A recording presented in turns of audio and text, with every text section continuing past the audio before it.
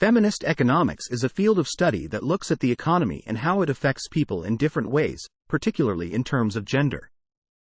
It examines economic issues such as income inequality and poverty and how they are impacted by gender and other factors. Feminist economists aim to create a more inclusive economic inquiry, which involves research and policy analysis with a gender-aware perspective. Overall, feminist economics seeks to address the limitations of traditional economic models, which neglect topics such as care work and the interplay between paid and unpaid sectors of economies. Feminist economics mainly challenges the concept of homo economicus in mainstream economics. This economic man engages in market transactions, supports himself by earning an income from employment and spending the money he earns on buying products. This individual does not do housework, care for anyone else, and certainly does not give birth.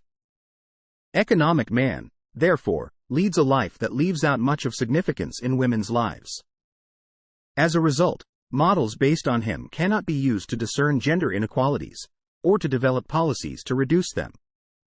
Feminist economists suggest that markets are not enough to explain the interrelations between economic agents.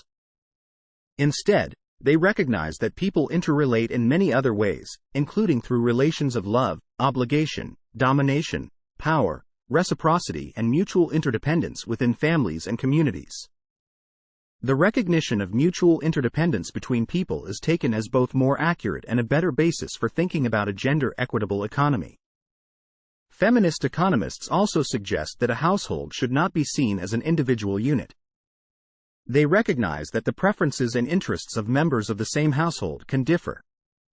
Therefore, it is not households who make decisions but individuals. Feminist economists also suggest that social norms, social infrastructure, and social investment are important. They reject the notion that people have individual preferences that are independent and unchanging.